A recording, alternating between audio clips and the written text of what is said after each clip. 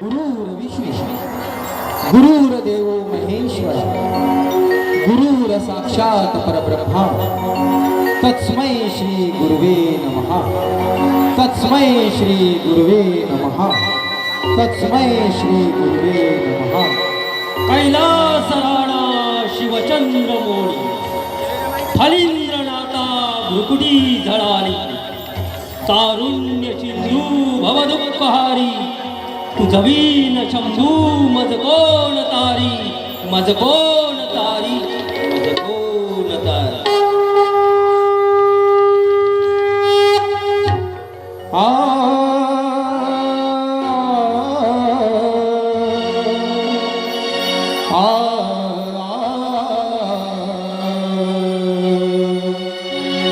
वक्रतुंड महाकाय सूर्यकोटी समप्रभ निर्विघ्नं कुरु मे देव सर्वकार्येषु सर्वदा सर्वकार्येषु सर्वदा। वक्रतुंड तू गजानना शिवगौरीचा नंदना वक्रतुंड तू गजानना शिवगौरीचा नंदना वक्रतुंड तू गजानना शिवगौरीचा नंदना वक्रतुंड तू गजानना शिवगौरीचा नंदना। गणेशा त्रिवार तुझ वंदना गणेशा त्रिवार तुझ वंदना।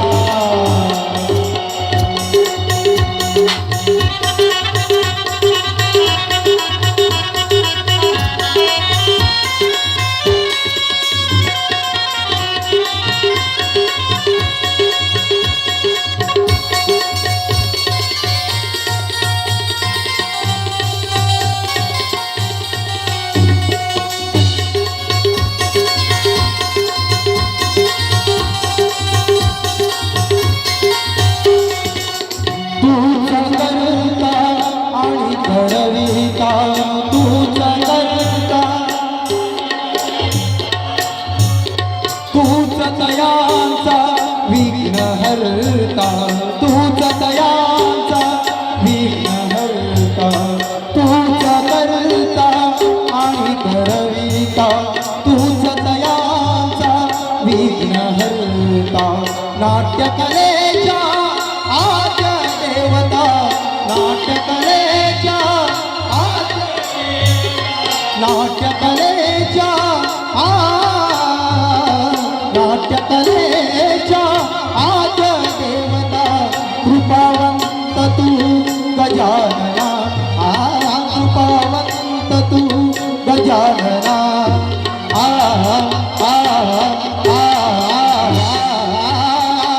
त्रिवार तुझ वंदना गणेशा त्रिवार तुझ वंदना गणेशा त्रिवार तुझ वंदना।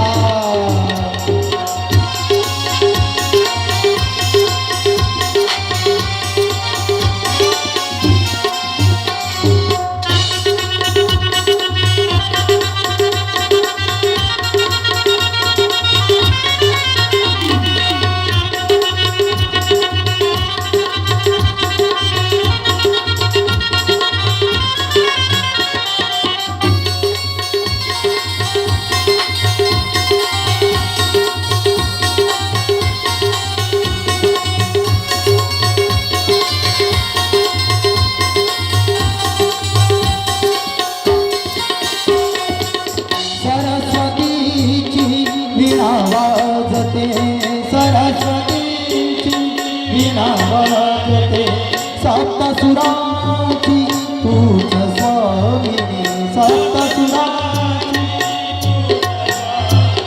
सरस्वतीची वीणा वाजते सप्तसुरांची तूच स्वामिनी रंगभूमीला प्रसन्न करण्या रंगभूमीला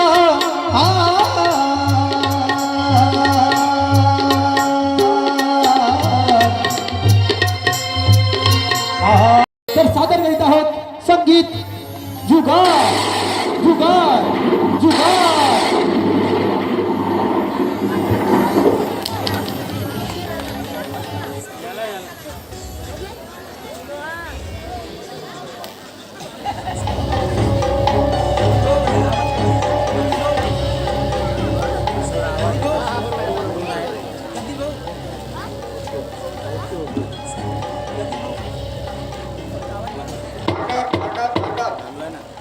कोर्टाला सुरुवात करायची.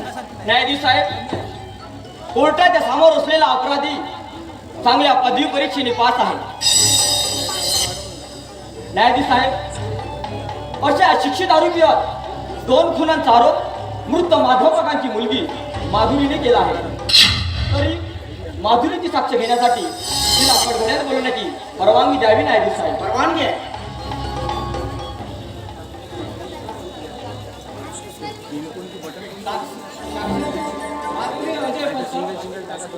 माधुरी पंत हाजीर हो.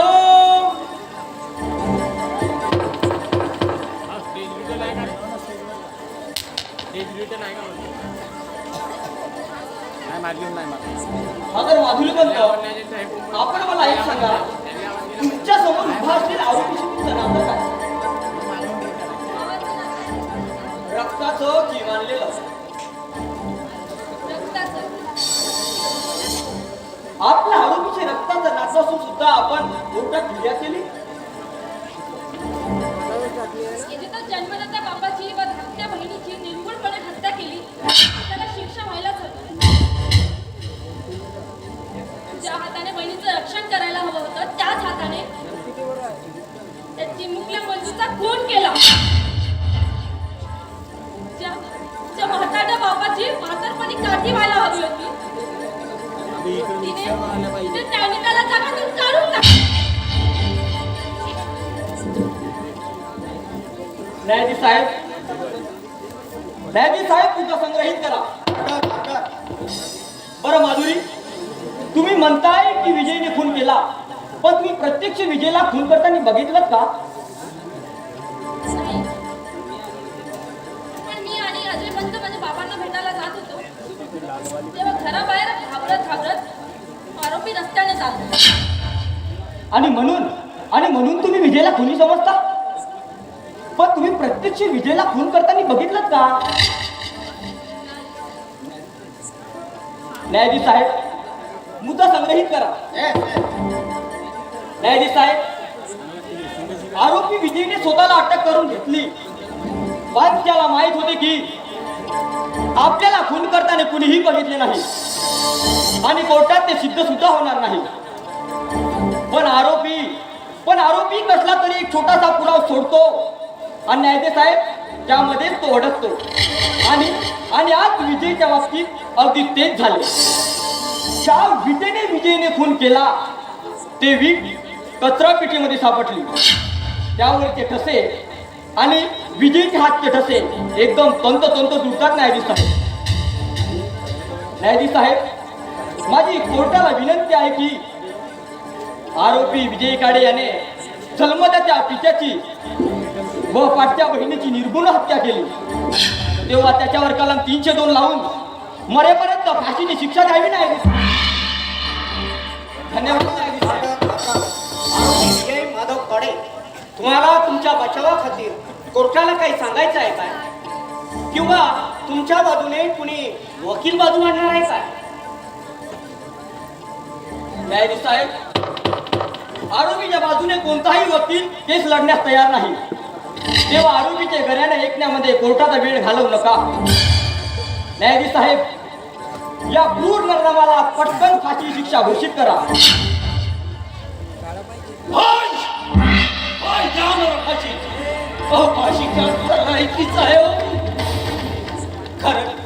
कारण माझ्या हातातून एक तोंडलाय तर 5 खून झाले आहेत.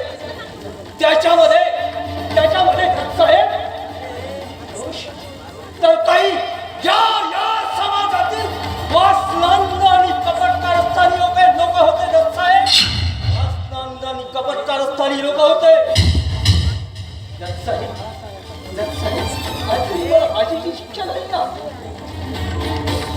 तरी मला मात्र तिने मात्र ही दुःख नाही वाटत साहेब. पण दुःख आहे तो माझ्या बाबाच्या आणि माझ्या बहिणीच्या गुणासाठीच आहे. माझ्या बाबाच्या आणि बहिणीच्या गुणासाठीच गुन्हेगार हा मुलं आईच्या उदरातून शिकून येत नसतो. आईच्या उदरातून शिकून येत नसतो. तर या समाजातील वासनांना आणि कपट कारस्थानिक लोकांच्या दादागिरीमुळे माझ्यासारख्या सुशिक्षित तरुणाला गुन्हेगार व्हावं लागतं साहेब. होयच साहेब, गुन्हेगार व्हावं. म्हणूनच मला या समाजाला आणि या कोर्टाला मला सांगायचं आहे माझ्या हातातून 3-5 खून का झाले साहेब, आणि ते कशासाठी आणि का मी ते केले आहेत हे मला कोर्टाला सांगायचं आहे साहेब. 3 वर्षापूर्वीची गोष्ट आहे जस साहेब. 3 वर्षापूर्वीची गोष्ट आहे जस साहेब. या समाजामध्ये माझं कुटुंब माझ्या आईच्या अखाली निधनानंतरही खूप सुखी आणि समाधानाने माझ्या या छोट्याशा कुटुंबामध्ये माझे बाबा, माझ्या 2 बहिणी आणि मी अशा या माझ्या छोट्याशा आणि सुखी परिवारावर दृष्ट पडली तर ती या पापी आणि दृष्ट नराधमाची. आणि जर साहेब मला सांगायचं म्हटलं तर माझा परिवार कायमचाच नष्ट झाला होता. कायमचाच नष्ट झाला. मी बीएडची परीक्षा पास होऊन नागपूरवरून गावी येणार असल्याची बातमी पोस्टातील दूरध्वनीवरून गावी कळवली. आणि त्यानंतरची सत्य हकीकत मी आपल्यासोबत कथन करीत आहे. कथन करीत आहे. ऑर्डर. यानंतरची पुढील सुनावणी पुढच्या तारखेला होईल.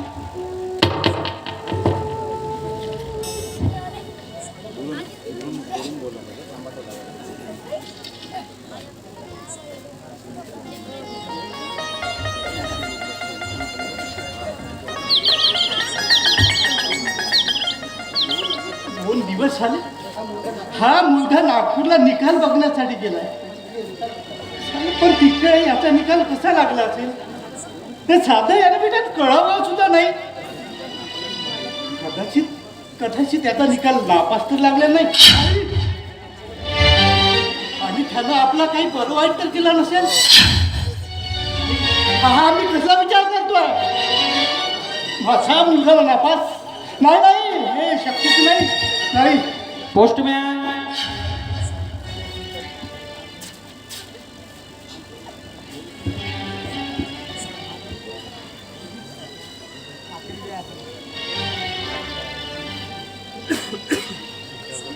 कोण? पोस्टमॅन साहेब. काका विजयचा फोन आहे. मग चला पटकन.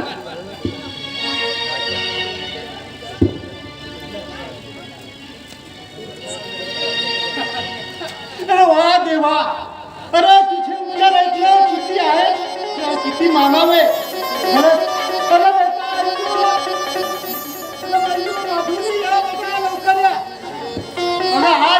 आज आनंदाचा दिवस आहे बघा. बेटा बाबा काय झालं बाबा, तुम्ही एवढे आनंदी का दिसता? अगं हो ग, आज खुशीचा दिवस आहे बघ. अगं पुरी आपला विजय आहे ना. सांगा बाबा काय झालं दादा? अगं पोरीनो आपला विजय आहे ना. आपला विजय. अगं बीएडची परीक्षा प्रथम श्रेणीमध्ये पास झालाय बघा. माझ्या विजयाने माझ्या जन्मभराची तपस्या पूर्ण केली ग. माझ्या जन्मभराची तपस्या फळाला नेली बेटा. अगं बेटा आपला विजय आता मास्तर होणार बघा. मास्तर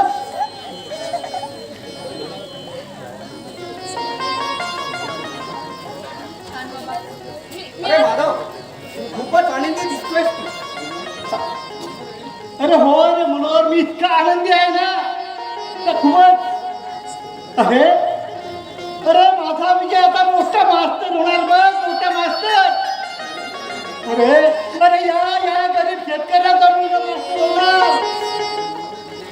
अरे मनोहर विजयाला शिकवताना खूप हाल अपेक्षा सहन केल्या रे मी, खूप हाल अपेक्षा सहन केल्या.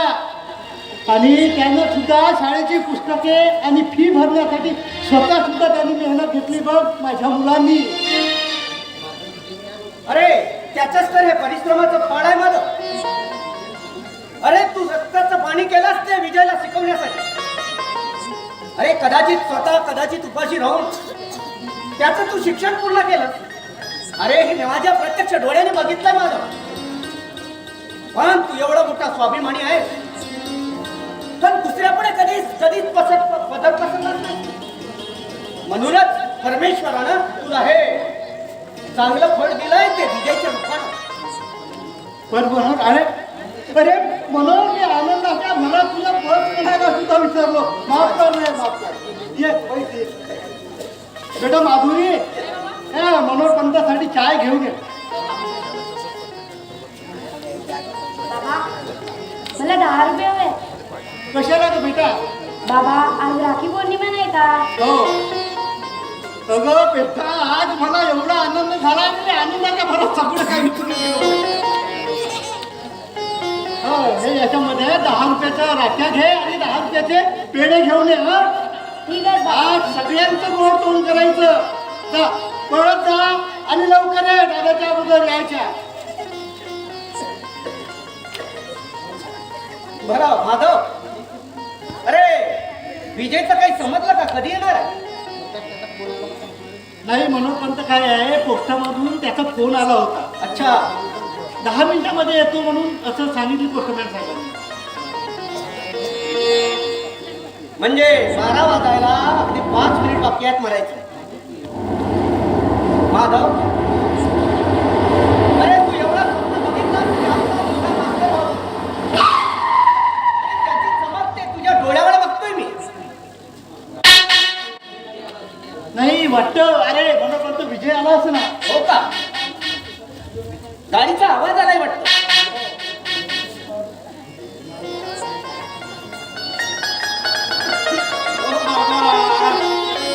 बाबा नमस्कार करतो.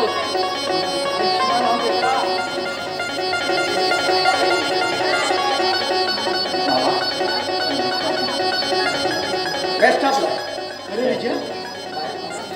अरे विजय मला बाहेर मोटरसायकलचा आवाज आला. अहो बाबा माझा मित्र होता. मला तो बस स्टँडवर भेटला. म्हटलं मी सोडून देतो घरापर्यंत. अरे बेटा मग त्याला घरात नाही बोलवायचं का रे? अहो बाबा तो थोडा घाईमध्ये होता आणि म्हटलं मला बाहेर गावी जायचं आहे महत्वाच्या कामासाठी. म्हटलं ठीक आहे ठीक आता.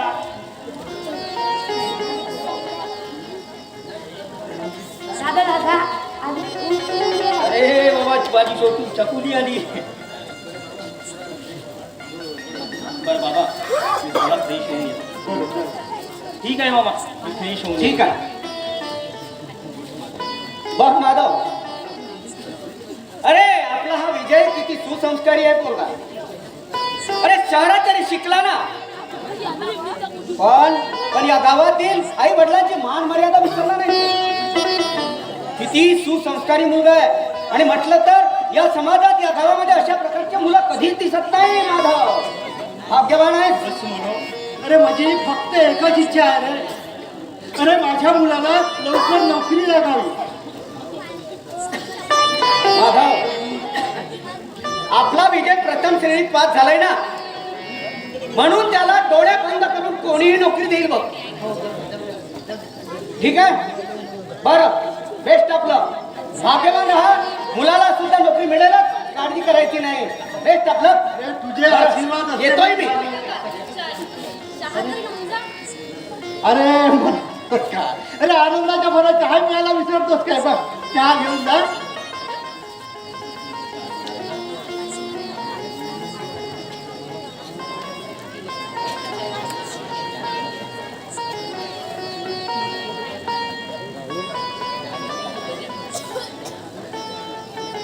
बरं माधव ठीक आहे निघतोय मी. ठीक आहे बेस्ट आपला.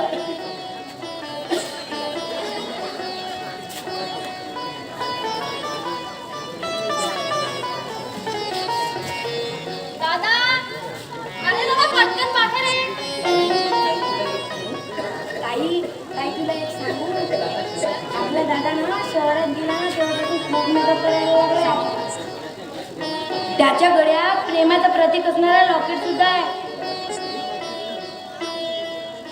अगं मला वाटते हे मेकअप करण्याचे कौशल्य त्याला कोणतरी शिकवलं असणार.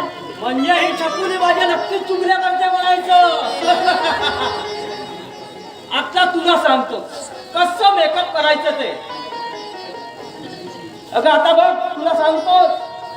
बाबा बाबा बाबा बाबा बाजूला बाबा बाजूला बाबा बघा ना तुला हिला किती लाळवून ठेवलं ते. अरे बेटा मी लाडवलं. अरे माझ्यापेक्षा तर तुझा प्रेम त्या बहिणीवर जास्त आहे.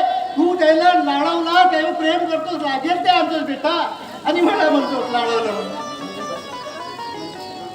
दादा मंजू सर्वात लहान आहे म्हणूनच त्याने आपल्या सगळ्यांची लाडकी आहे.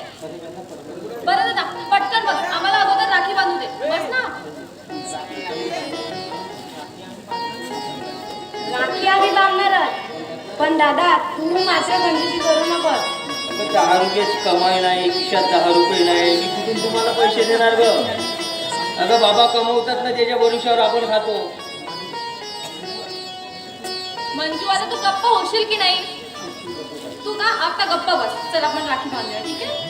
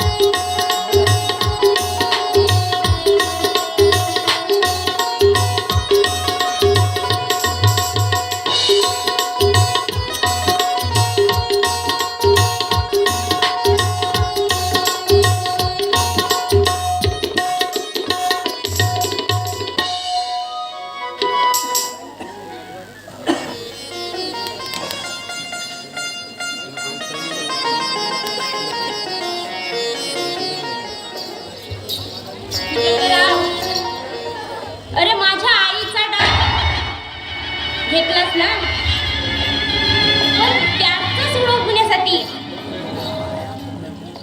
हे आता प्रवीणा परिपूर्ण आतुर झाली आहे. अरे मी तुला जगूच देणार नाही. अरे यासाठी नर्तकीचे रूप घ्यावा लागेल ना, ते चालेल, तुला तर सोडणार नाही.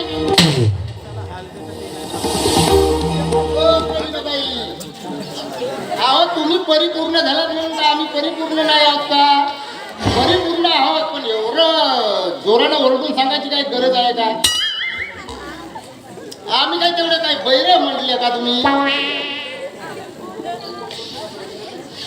हो पण मी काय म्हणतो परवीणबाई, आम्ही परिपक्व आहात म्हटलं ना, तुम्ही परिपक्व जरी असाल ना तर आम्ही परिपक्व ना, तुम्ही जर तयार असाल ना आम्ही बी तयार आहात म्हटलं काम करायला.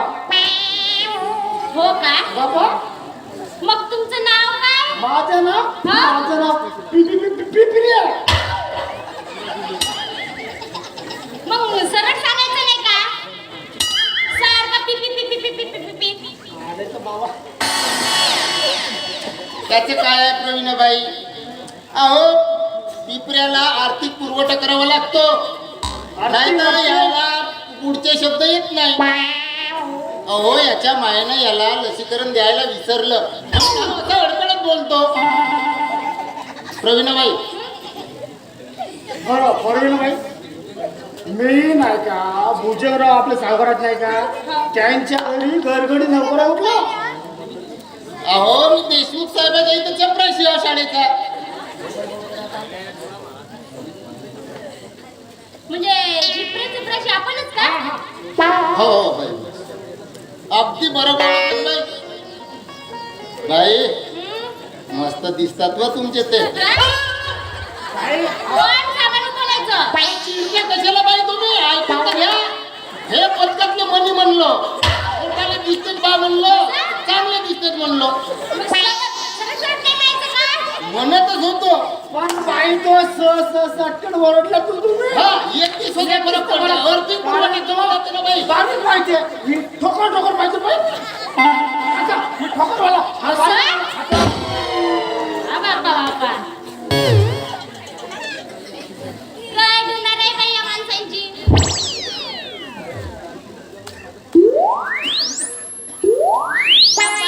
जाईल ना? मग काय म्हणेन? दादा दादा दादा दादा डार्लिंग, तुझ्यावर माझं प्रेम आहे.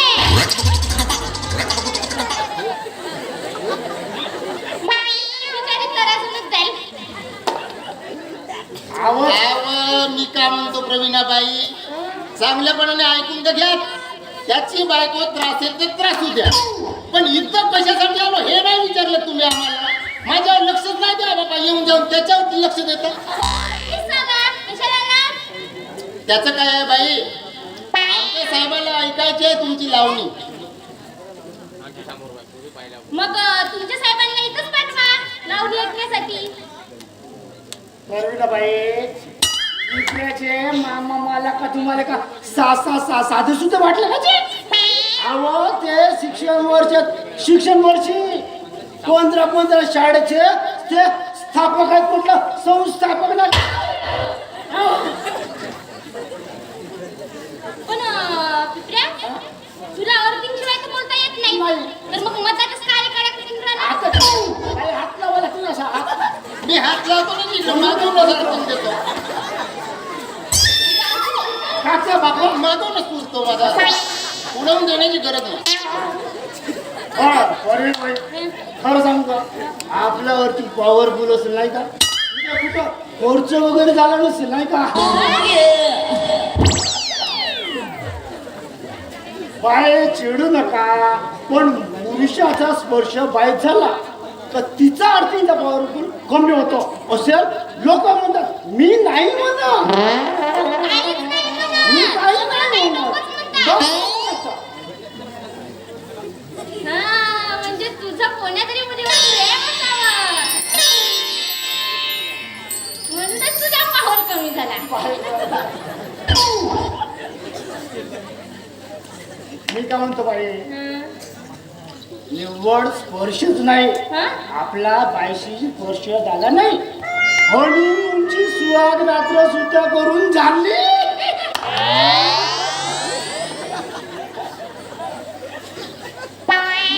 तुमच्यासोबत लग्न करणार? आवा लग्नच करणार होतो ना, लग्नच करणार होतो.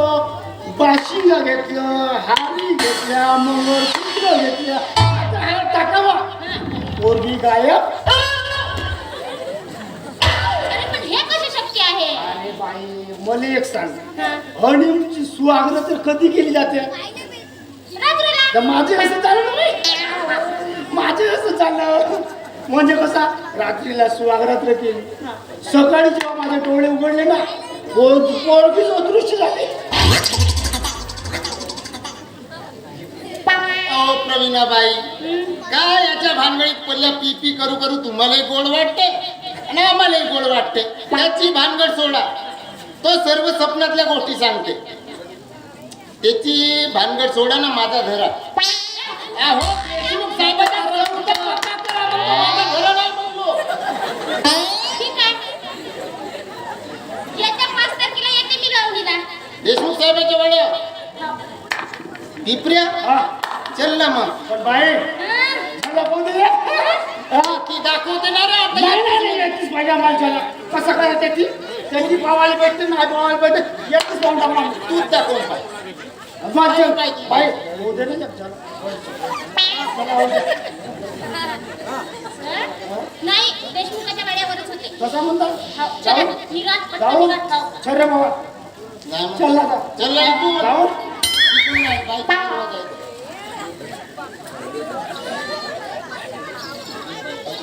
प्रवीण देशमुख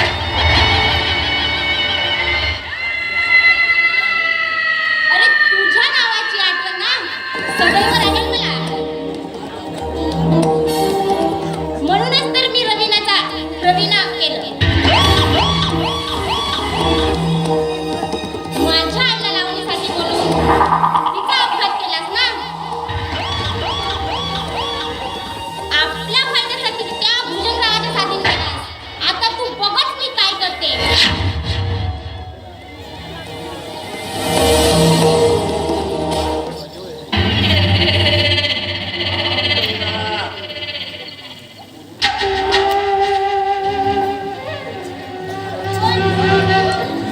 होय संदीपच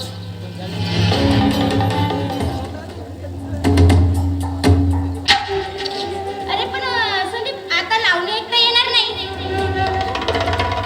कारण लावणी करण्याची वेळ तर निघून गेली. अगं प्रवीणा तुला लावणी करावीच लागेल नाहीतर तुझी खरी ओळख आहे ना. ती खरी ओळख मी देशमुख साहेबांना सांगेन आणि तुझं खरं नाव पण. म्हणजे समीर तू माझ्या दगाबाजी करणार. समीर नाही प्रवीणाबाई संदीप नाव आहे. संदीप नाव आहे माझं.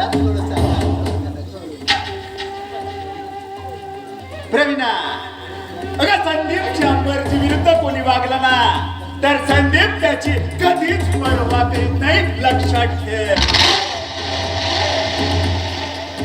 कारण माझं नावच आहे संदीप. संदीप म्हणजे प्रत्यक्षात सूर्य. अरे आपल्याला प्रकाश तर वैरांना प्रखराग. संदीपने टाकलेला डाव कधीच चुकत नाही, कधीच नाही, कधी. लक्षात ठेव. लावणीला सुरुवात कर.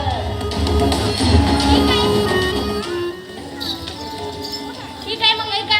असं मुखाच्या उभा नाचायचं.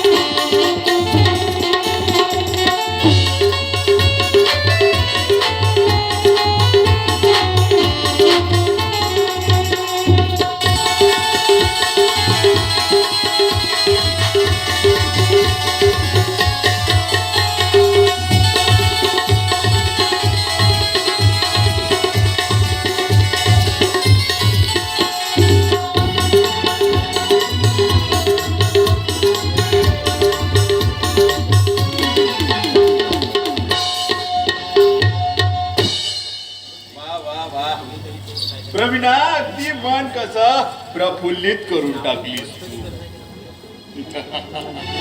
अशीच नेहमी खुश करत जा. कधी आम्ही बोलवू कधी बी येऊ आमचं आनंदाने स्वीकार करीत जा. चल येतोय. किती वेळ झाला खाणं अजूनही आलेला नाही आणि मला काय म्हणतो तू जा मी वेळेत येतो. सगळी मुलं ना सारखीच असतात. कुणाचीच पर्वा नसते यांना स्वतःचीच पर्वा असते. आता ना येऊ दे त्याला मी त्याच्याशी ना बोलणारच नाही.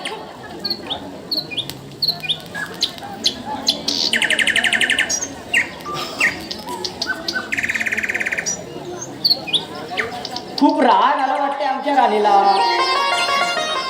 नाही तेही खरंच आहे म्हणा. कारण आता आमची माधुरी अशी तशी थोडीच आहे. कारण ते एका मास्तरची बहीण होणार आहे बहीण. बरं बाबा ओळख पळत ठेवा निघतो आम्ही. अरे कुठं चाललास तू? I love you.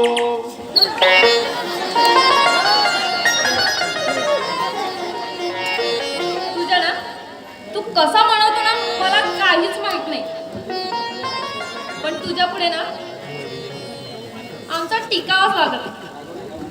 रागवलेल्या माणसाला ना कसं हसवायचं ना हे तुझ्याकडून शिकायला पाहिजे.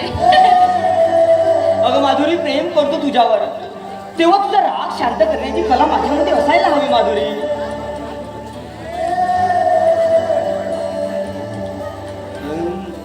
सजने तुझ्याच साठी भरले नभात रंग. सजने तुझ्याच साठी भरले नभात रंग.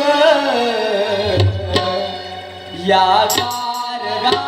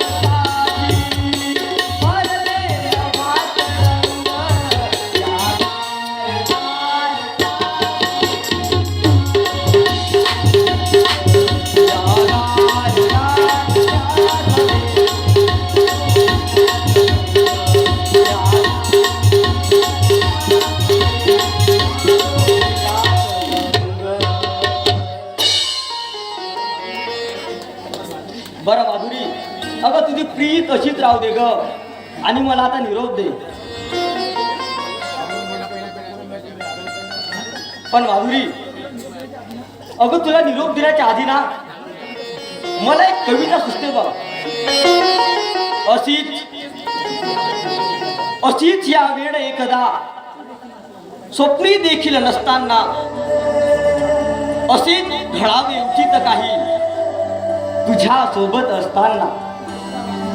शब्दा वाचून तुला कळावे तूचपणे तू मला यावे. तृप्तपणे तू दुरून यावे.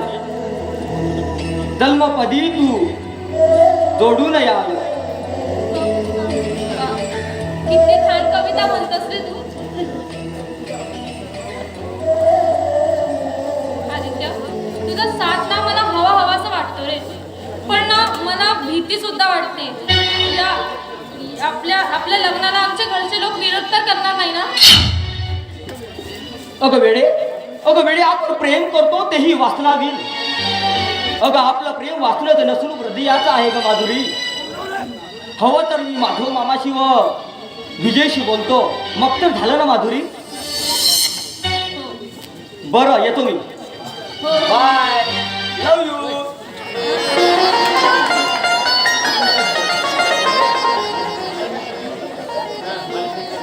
हे परमेश्वरा, अरे मी किती भाग्यवान आहे. या दुनियात ना खरं प्रेम आजकाल कुणीही करत नाही. पण मला असा प्रियकर मिळालाय. देवा, अरे देवा, माझ्या प्रीतीचा वेळ ना असाच फुलू दे रे, असाच.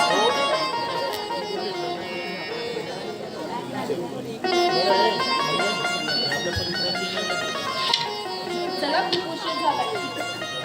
हे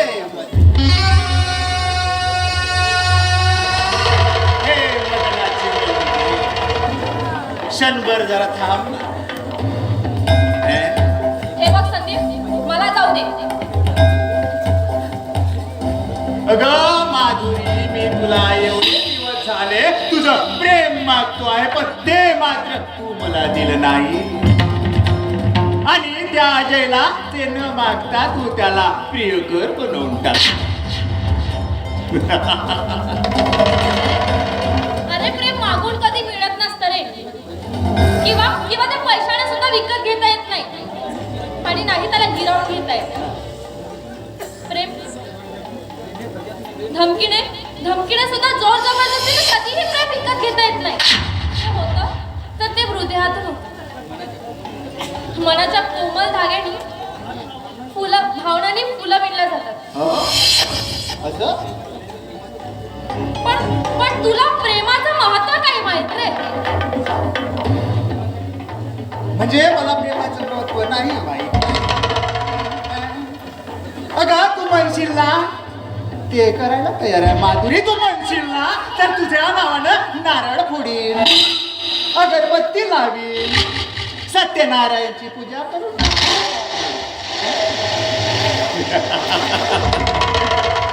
हे प्रेमती, अगं माझ्या प्रेमाचा स्वीकार कर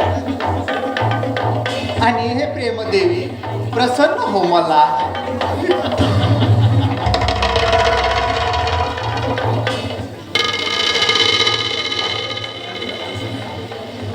अरे प्रेमासाठी ना मंदिर हवं असतं. हृदय भावना स्वच्छ असावी लागतात. पण तू कित्येक मुलींना फसवलास. प्रेमाच्या नावाखाली खूप मुलींना फसवलास तू.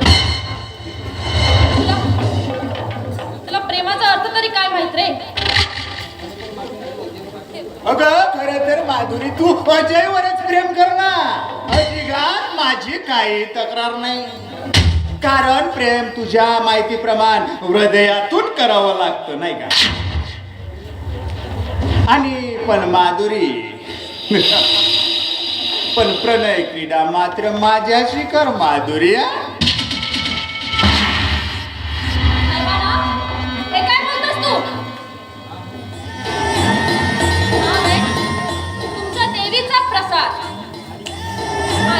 आणि पुन्हा माझ्या नादाला लागलास ना तर याद राख.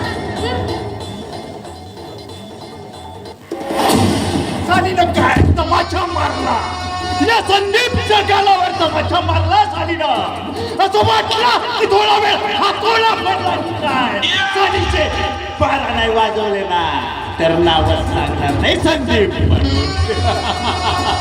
माधुरी अगं या संदीपची गाठ आहे तुझी संदीपने टाकलेला डाव कधीच चुकत नाही कधीच नाही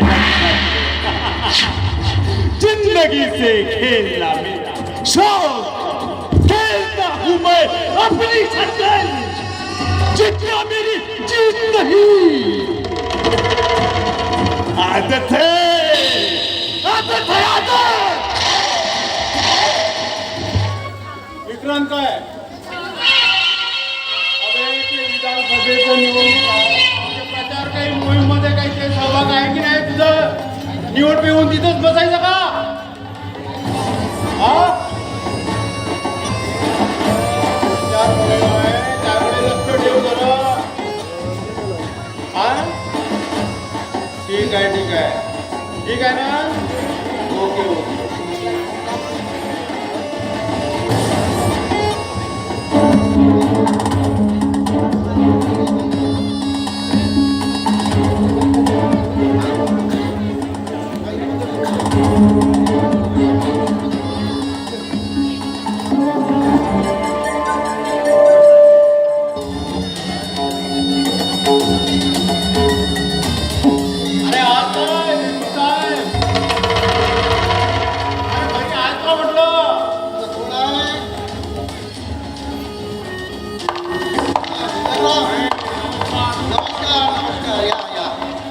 कसं काय येणं केलं हा म्हटलं चला देशमुख साहेबांची भेट घ्यावी ठीक आहे बसा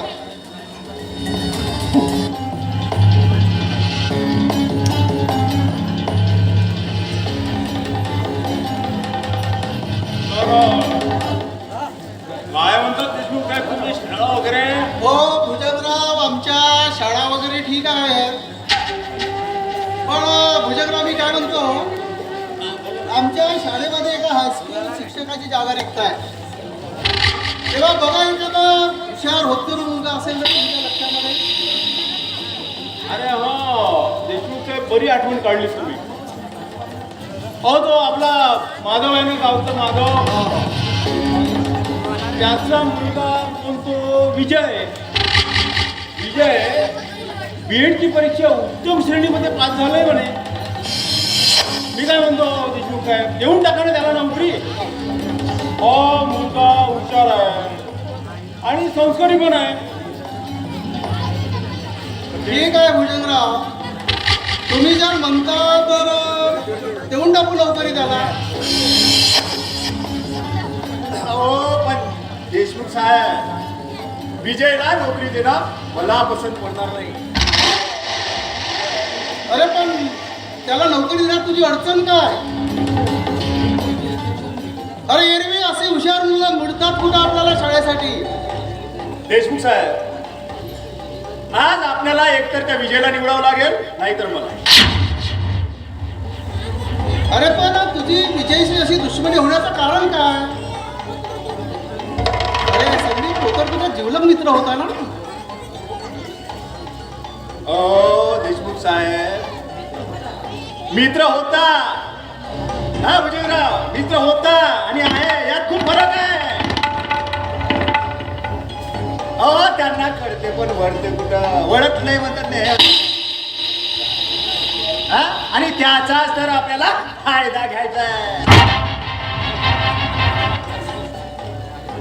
दुश्मनी नव्हती आतापर्यंत दुश्मनी नव्हती पण आता होणार आहे त्या विजयच्या जीवनाशी असा काय जुगार खेळतो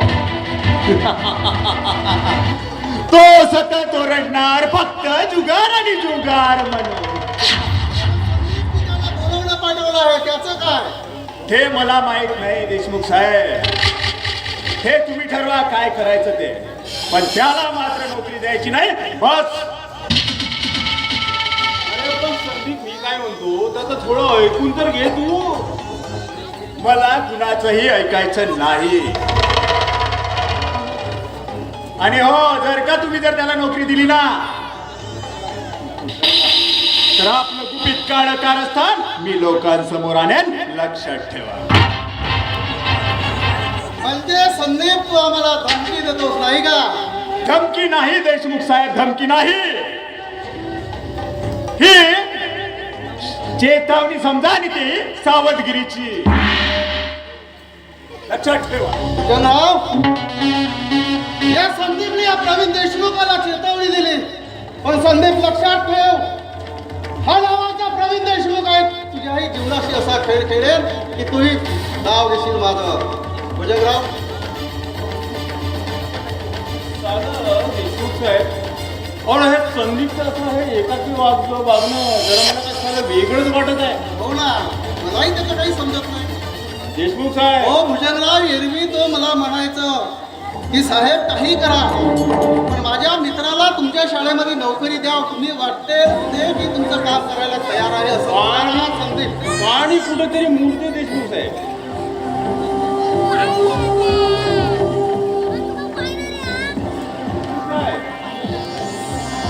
साला आपण का साला त्या देशमुखच्या आपल्या संदीपच्या मनासारखं केलं नाही ना, तर तो साला आपलं विंग बोळेल ना. काय म्हणतो मी? मला वाटतं देशमुख साहेब आपल्या कुणीतरी येता येण्याची चावल लागते. हो ना, मला नमस्कार देशमुख. अरे या या, नमस्कार माधव, या. अरे विजय, या या या. या माधवराव, बसा. अरे विजय, तू कसा आहे? साहेब तुम्ही ठीक आहे ना साहेब? तर देशमुख साहेब, अहो माझ्या मुलाला तुम्ही आपल्या शाळेमध्ये नोकरी द्यावी. घ्या साहेब. अरे माधव, तुमच्या मुलांनी BEdच्या परीक्षेमध्ये चांगले मार्क मिळवलेले आहेत. मग साहेब माझी नोकरी पक्की समजायची का साहेब? हो विजय, तुझी नोकरी पक्की करू, पण विजय तुला त्यासाठी 4 लाख संस्थेसाठी मोजावं लागतील. अहो साहेब, मी एक गरीब शेतकरी आहे. हो अहो 4 लाख कुठून आणला साहेब? साहेब दया करावं आमचं. आधीच माझ्या शिक्षणासाठी माझे बाबा आहेत ना, माझे बाबा खूप हाल अपेष्टा सहन करून कर्ज वादेरी झाले आहेत साहेब. देशमुख साहेब, अहो माझा मुलगा हुशार आहे. अहो BEdची परीक्षा प्रथम श्रेणीमध्ये पास केलंय त्यांना. अहो आपल्या शाळेची प्रगती होणं, आपल्या शाळेचं नाव लौकिक होईल. माझ्या मुलाला नोकरी द्या. माधवराव, तुमचं म्हणणं अगदी बरोबर आहे. तुमचा मुलगा हुशार आहे. शाळेची प्रगती निवड हुशारीनं होत नाही. शाळेच्या प्रगतीसाठी पाहिजे ते फक्त पैसा आणि पैसा. अरे मंत्रालयाच्या प्रत्येक टेबलावर आम्हाला पैसा मोजावा लागतो, तेव्हा कधी शाळेला परमिशन मिळतो ना. शाळेची प्रगती होत नाही, समजलं? अरे माधव, तुला एक मोलाचा सल्ला देऊ काय? अरे तुझ्याकडे 4 लाख रुपये जमत असतील ना तर नको येऊ. पण मी काय म्हणतो, तुझ्याकडे ती 2 एकर जमीन आहे ना, जमीन ती शाळेच्या बांधकामासाठी तू देशमुख साहेबांच्या नावे करून टाक ना.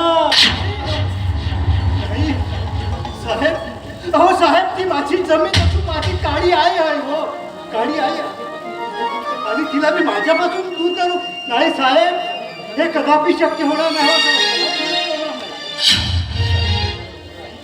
साहेब दया करावं आमचं.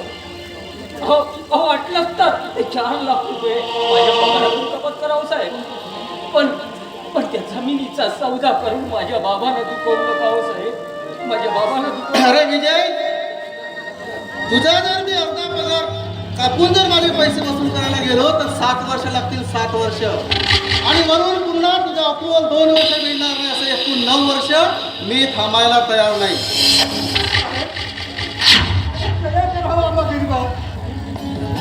खूप पुण्य लाभेल हो तुम्हाला साहेब, पुण्य लाभेल.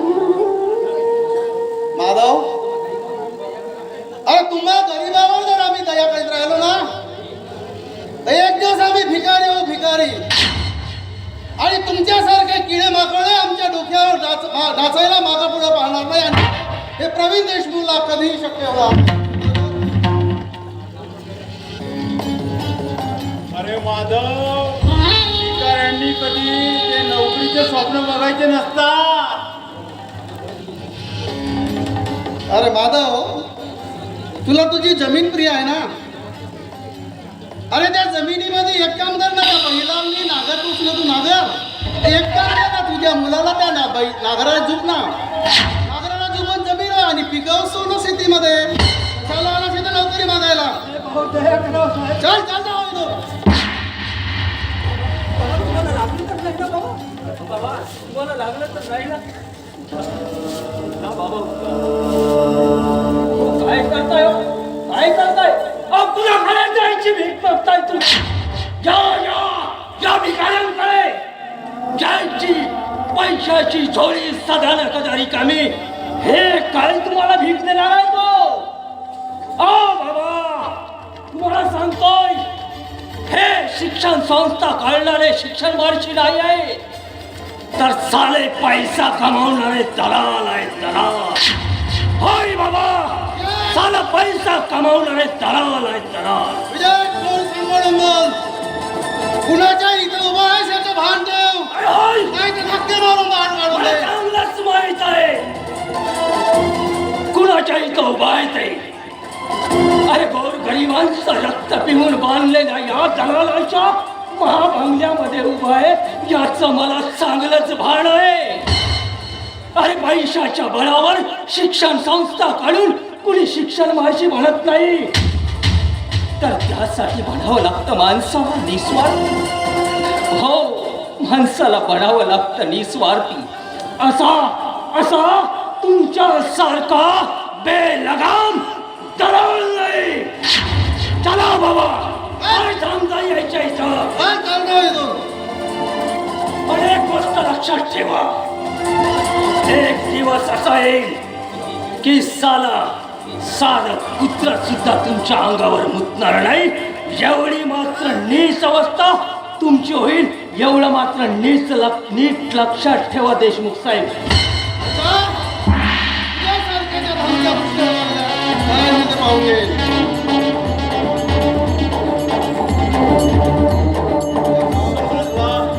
देशमुख साहेब, असं वाटत होतं की साला या विजयचा क्रोध वाढला तर साला आपल्या अंगावर धावून तर येणार नाही. नाही भुजंगराव, नाही, असा कधीही होणार नाही. ही गरीब शिकलेली मुलं आहेत ना, ही मारपीट करायला कधीच समोर येत नाही. कारण त्यांना हवं असतं पोलीस रेकॉर्ड साफ ठेवायचं, त्याच्यामुळे त्याची चिंता करण्याचं कारण नाही. यांना कसा वटणीवर आणायचं या प्रवीण देशमुखला चांगलं माझ्या, त्याची तुम्ही काळजी करायची नाही. पण मी काय म्हणतो भुजंगराव, त्या जाऊ द्या, हा विषय सोडा. पण मी काय म्हणतो भुजंगराव, ही प्रवीण अजून कशी आली नाही? अहो देशमुख साहेब, मी त्या साला माझ्या त्या नोकराला पिपऱ्याला पाठवलं आहे तिथं बोलवायला. येईल जेवढ्यामध्ये. अरे झिपऱ्या, अरे झिपऱ्या, जी मॅडम, काय करतोस घरामध्ये? कायची भांडे घासत होतो. एक काम कर, आजचा ग्लास आण आणि शिशी घेऊन ये बिस्किटी जा. या भुजंगराव, बसा.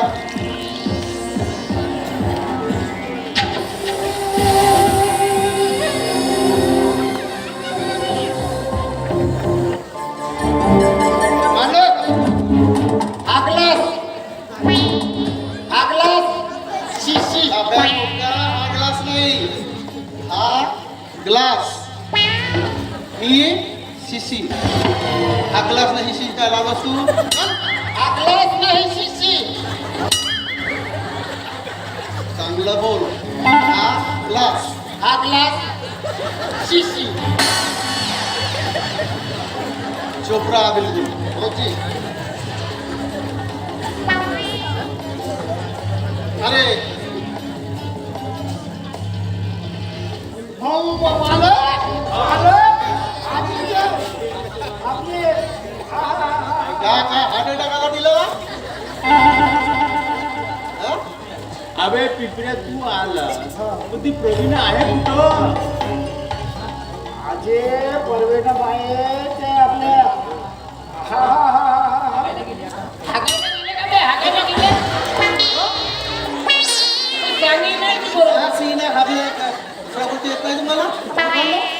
याळा कोणचा बयाळ अबे तर सांग ना. अरे तर मी काय म्हणतो परवी ना बाई नाही का गणपतच्या हाटला चाय पिवा थांबवलं नाही तर तेव्हा सांगणार आहे तू. कारण इथं भाजपा वगैरे होते ना त्याच्यामुळे म्हटलं आपण तिथं गणपतच्या हाटला चाय पाणी पे बाई तू मी जाऊन येतो. बरं ठीक आहे झालं ना आता कसा करा एका लवकर करा नीतीला बोलवा. बरं ठीक आहे येतो आणतो बाई जाऊन आणतो. भुजंगराव अरे मी काय म्हणतो हा काय प्रकार आहे हा म्हणजे पिपऱ्याचा हा हा हा हा सारखा करत राहील तुम्ही हात लावल्यावर लगेच बोलायला लागतो मला काही समजलं नाही याचं. हो हो देशमुख साहेब त्याचं कसं काय आहे देशमुख साहेब माहिती आहे का. हा आमचा पिपऱ्याकडे आहे ना याला वेळेला अर्थिंगची गरज आहे. अर्थिंग त्याला हाताचं अर्थिंग द्यावंच लागतं कुणाच्याही. आणि समजा त्याला अर्थिंग दिलं नाही तर ते सारे त्याचे जे पुढचे शब्द आहेत ना तो कधी तो बाहेर काढतच नाही. हे कारण आहे नाही का भुजंगराव. हा पण ही आली कशी रे अजून हा तुझ्या घरी लटकला कुठं. आले आहे नमस्कार साहेब. नमस्कार नमस्कार. नमस्कार भुजरंग. हे पूजन ते आपले देशमुख साहेब. रवीनाबाई अहो लावणी अशी झकास होऊ द्या. अहो स्नेह संमेलन नाही का पहिले मी तुमचाच कार्यक्रम करू. चुप बोला चुप बिलकुल चुप. गाव गणपत राहा तुला बाई दिसली तर काय झालं. असू द्या मालक. कशाला रागवता त्याच्यावर. मला नाही वाईट वाटलं. काय कसली बाई बोललोच आता बाई बरं मी काय म्हणतो प्रवीणाबाई करा लावणीला सुरुवात. काय देशमुखराव होऊ द्या लावणी. बसा बाई करा नका.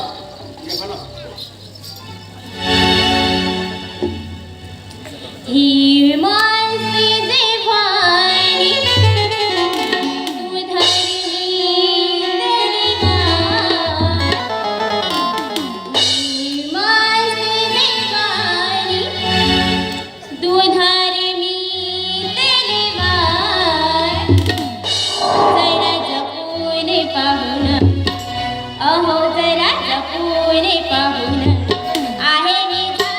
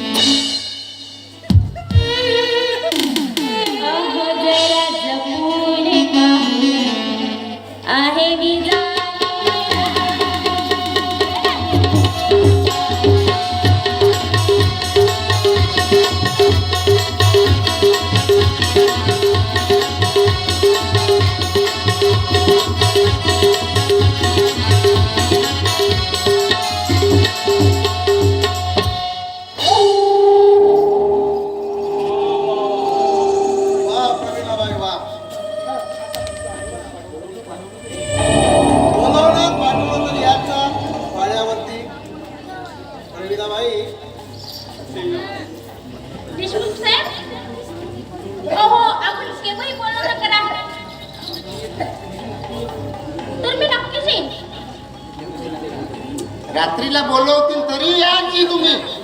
म्हणजे बाई झोपेत बिबऱ्या बाप्पाळा. बरं मी काय म्हणतो प्रेरणाबाई या तुम्ही आता. बरं येते मी. काय गाढवांनो, अबे वाटेल तुझं बोलायला सांगितलं कोणा तुम्हाला? अरे काय बोलायचं कुठं, काय बोलायचं, काही भान आहे की नाही आहे? हे सगळं सामान आतमध्ये घेऊन चला. आणि बिबऱ्या तू घराकडे निघ. म्हणाला का अभिनेच म्हणायची आता घालू का पुन्हा पेकडामध्ये 1 लाख माझ्या घराकडे चातोराची. हे सारा तुला कशालाची? अरे बोलता येत नाही पण साला ऐकायला येत नाही का तुला?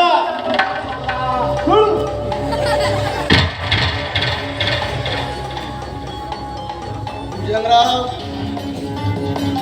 काही करा आणि या लावण्यवतीला एक रात्र माझ्याशी घालवायला लावा. देशमुख साहेब,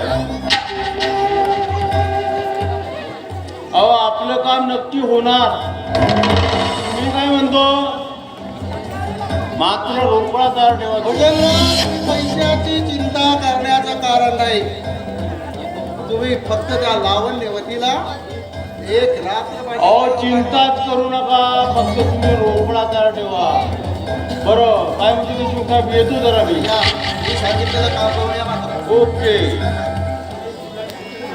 आणि स्वतःला शिक्षक आणि नोकरी देण्यासाठी अति दलाली घेतात. हो आपण कोणत्याही संस्थापकाकडे गेलो ना तरी ते लाच मागणारच. बाबा मला वाटतंय माझ्या जीवनामध्ये मला कधी नोकरीची मिळणार नाही बाबा. मला नोकरी मिळणार नाही बाबा. असं मला बेकारीचं जीवन जगावं लागणार. नाही बेटा भाई, अरे परमेश्वरावर विश्वास ठेव रे, विश्वास ठेव. अरे तू काढील ना रे, यातून काहीतरी मार्ग काढील बेटा. वा वा बाबा वा. हो त्या परमेश्वरावर विश्वास ठेवून म्हणता. अहो मग बाबा तो परमेश्वर आपल्याला 4 लाख रुपये आणून देणार आहे का? नाही बाबा, ते 4 लाख रुपये आपल्यालाच गोळा करावे लागणार आहे. बेटा, अरे बेटा आपलं पीक आलं की काहीतरी पैशाची व्यवस्था होईल. लहान विकू त्याच्यातून पैसे येतील आणि आपण 4 लाखाची व्यवस्था करू ना रे. तू चिंता नको करू बेटा. बाबा अहो बाबा, धान्य विकून किती पैसे गोळा करणार आहात हो तुम्ही? किती पैसे गोळा करणार आहात?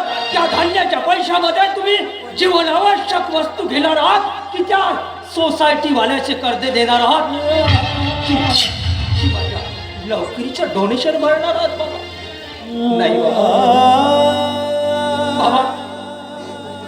बाबा मला असं वाटतंय की माझ्यासारख्या गरीब शेतकऱ्याच्या मुलानं नोकरीचं स्वप्न कधीच बघू नये बाबा, कधीच बघू नये.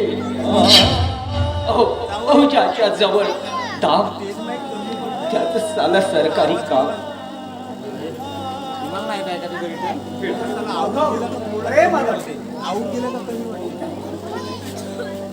कोण बरं कोण करूया. अरे माधव, मी बसणारच आहे, परंतु त्याआधी हे पेढे घे. पेढे? हो पेढे, पण कशाचे पेढे आहे? अरे 2 गुड न्यूज आहे. एक म्हणजे तालुक्यात माझी न्यायाधीश म्हणून नियुक्ती झाली आणि दुसरी गुड न्यूज आहे ते तुझ्यावर अवलंबून आहे. अरे म्हणजे मी यातलं काहीच समजलं नाही बघ. बघ माधव,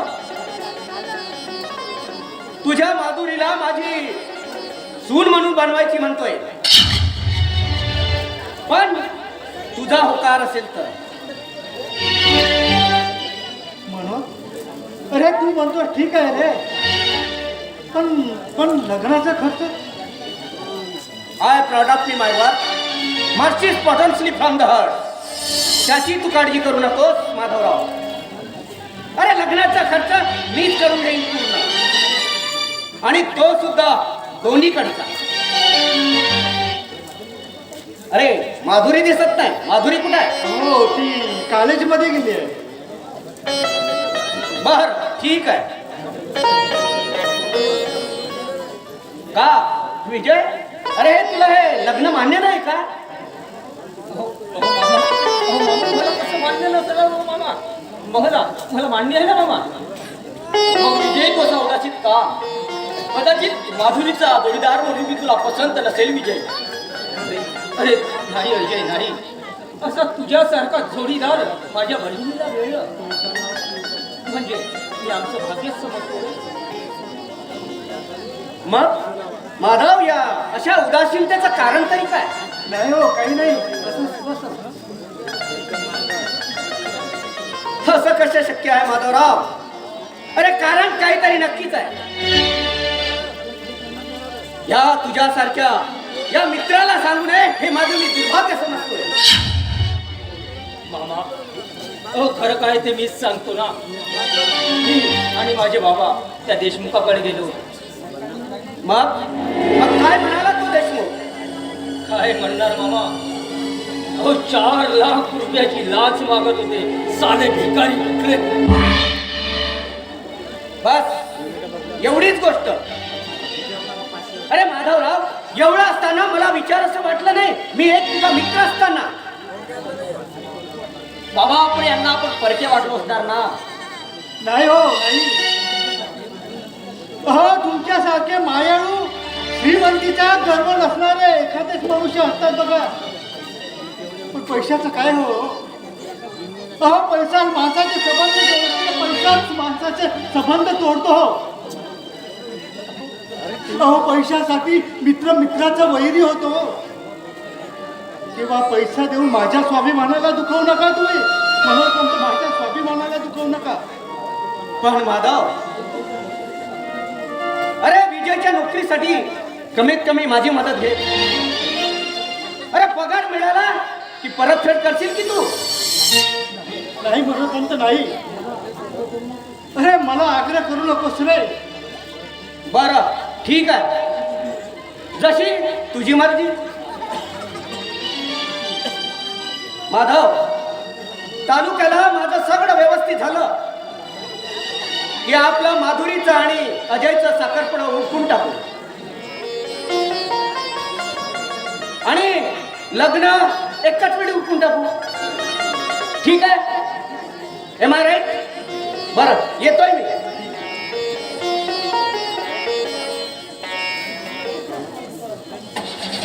बाबा मग यावर एकच उपाय आहे. आपली शेती त्या देशमुखाला देऊन टाकायची म्हणजे देऊन टाकायची.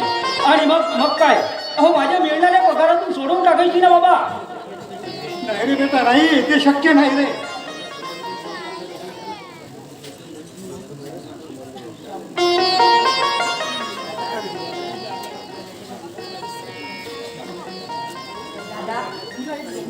तुला एक गंमत सांगू? तू बाबासोबत शाळेत आला होतास ना, तेव्हा माझ्या वर्गातील सर्व मुले मला विचारत होती की तुझा दादा शाळेत कशासाठी आला होता. तर त्यांना मी काय सांगितलं माहित आहे? अरे मी सांगितलं की माझा दादा मास्तर होणार आहे. नाही मास्तर, अगं नाही होणार आहे ग. तर काय होणार आहे? शेतातील पोती वाहणारा धान्याचा हाल होणार आहे.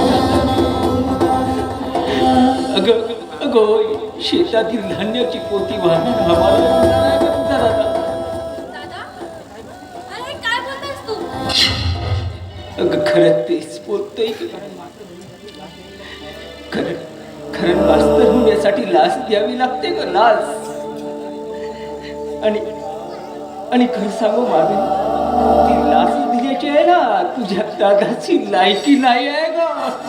लायकी नाही आहे. मग यावर दुसरा उपाय नाही आहे का दादा? अगं दुसरा आणि तिसरा पण उपाय. अगं आपल्याला आपली जमीन त्या देशमुखाच्या नव्हे करावी लागणार होती. पण तिला काय आपल्याला दुसऱ्याच्या नावे करता येणार नाही.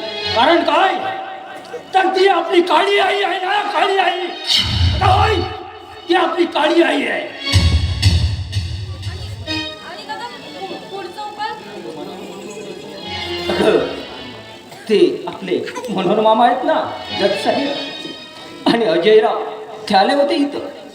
म्हणाले तुम्हाला मदत करतो, मी देतो, मी माझ्याकडून 4 लाख रुपये देतो, नोकरीसाठी भरा आणि नंतर परत करा. तर तिथं काय, तिथंही तोच प्रकार. अगं नेहमी नेहमीचाच प्रकार. आमच्या बाबाच्या स्वाभिमानाचा प्रश्न उरतो आहे ग तिथं. अगं माधुरी, मला असं वाटतंय की माझ्या जीवनामध्ये मला कधी नोकरीच मिळणार नाही मिळणार का मला नोकरी. मला असं बेकारीच जीवन जगावे लागणार आहे.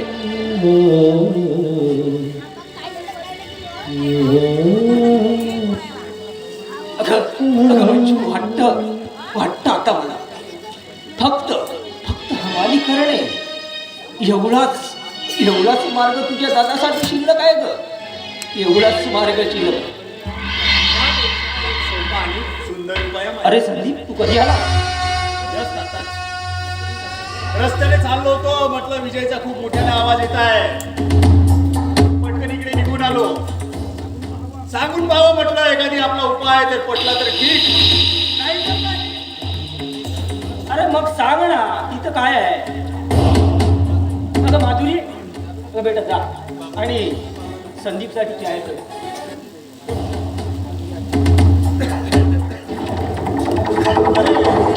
संदीप बेटा, कसला उपाय तुझ्याकडे? माधव काका, माधव काका, तुम्हाला तो उपाय पटेल असं मला वाटत नाही. अरे संदीप, आधी सांगून तर बघ. मनुष्य फक्त 1 रुपयामध्ये लखोपती बनू शकतो. फक्त माणसाची बुद्धी चाणाक्ष पाहिजे आणि ती चाणाक्ष बुद्धी तुझ्याकडे आहे. म्हणजे म्हणजे तुला म्हणायचं तरी काय? तू माझ्या मुलाला होय माधव काका, होय, अगदी तुम्ही म्हणताय ते. तुम्हाला वाटते ना तेच. गरिबीवर मात करण्यासाठी, शाळेत डोनेशन भरण्यासाठी, 4 लाख रुपये गोळा करण्यासाठी एकच आणि एकमेव उपाय आहे, तो म्हणजे फक्त जुगार.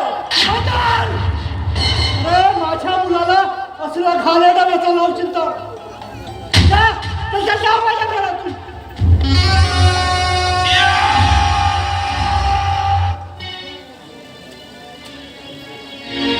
अरे था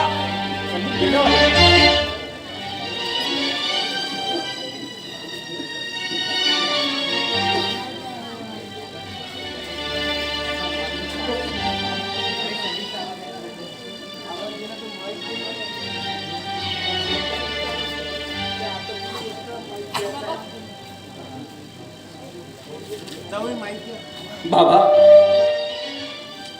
मला वाटतं आता मला नोकरी मिळणारच नाही हो बाबा. वाटतंय गरिबीवर मात करण्यासाठी शाळेत डोनेशन भरण्यासाठी, 4 लाख गोळा करण्यासाठी एकमेव आणि एकच उपाय आहे, तो म्हणजे फक्त जुगार आणि जुगार.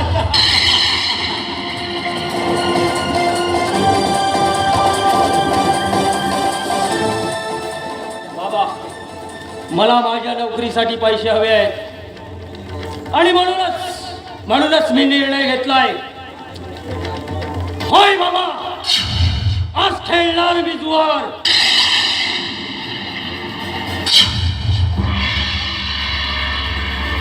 अरे बेटा, आपण आपल्या गरिबीच्या समाधानानं राहू रे बेटा, समाधानानं राहू. पण बेटा, अरे हा तुझा निर्णय घेतलेला माग घे रे बेटा, माग घे. खेळ हा कसा तुझा नशिबात लग्न दिला संसारात. मी माझा जो निर्णय घेतलाय ना बाबा, तो मी कदाही मागे घेणार नाहीये. अहो, या गरिबीने काय दिलंय मला? हे जग इथली प्रत्येक माणसं फक्त पैशावर चालतात. बाबा पैसे असले ना तर हेच लोक मागे मागे धावतात आणि पैसे नसले तर काय तर हेच लोक लाटाने ढुंकावून लावतात. नकोय बाबा नकोय, असले जीवन मला नकोय. अहो या तुमच्या गरिबीमध्ये राहून मी खूप हाल अपेष्ट सहन केल्या तू बाबा. अहो बाबा खूप मोठी मोठी स्वप्न बघितली होती हो, पण त्या स्वप्नाला काय झालं तर माझ्या स्वप्नाला पैशा विना केवळ पैशा विना बाबा पायदळी तुलवली गेली. पण बाबा आता तसं होणार नाहीये. खूप पैसा कमवणार आहे हा तुमचा विजय आणि त्यासाठी खेळणार आहे मी जुगार आणि फक्त जुगार. होय बाबा खेळणार मी जुगार. लग्न दिला संदीप चांगला ना मुलगा नाहीये दादा. दादा तू त्याचं ऐकू नको. हे बघ त्याचं ऐकू नको. तुझं जीवन बरबाद करेल दादा. दादा तू मनुष्य चांगला नाहीये दादा. ऐक ना मला दादा. अगं हे बघ माधुरी, चांगलं आणि वाईट हे मला चांगल्या प्रकारे ओळखता येते. आणि हे बघ तुम्ही सांगणे इतपत आता मी काही एवढूसा आणि एवढूसा काही लहानसा बाळ राहिलो नाही तर एवढा मोठा विजय झालाय. माझा मी निर्णय घ्यायला एकदम सक्षम आहे. दादा जुगाराचं व्यसन वाईट असते रे. दादा तू जाऊ नको. अगं बाजूला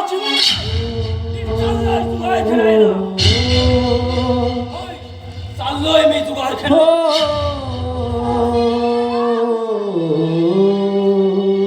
अरे बेटा काय केलं. अरे पैशाच्या लालसेनं आंधळ केलंय रे तुला आंधळ. अरे देवाचा काय गुन्हा केला रे. तुझी पूजा अर्चा केली रे तरी आमची अशी व्यथा करून ठेवली तू. जीवनात माझ्या कसा हो वादळ हा सुटला. जीवनात माझ्या कसा हो वादळ हा सुटला. यातना मनाच्या सांगू कुणा मी. यातना मनाच्या सांगू कुणा मी. काळीज माझा पेटला हो जीवनात माझा कसा हो वादळ हा सुटला.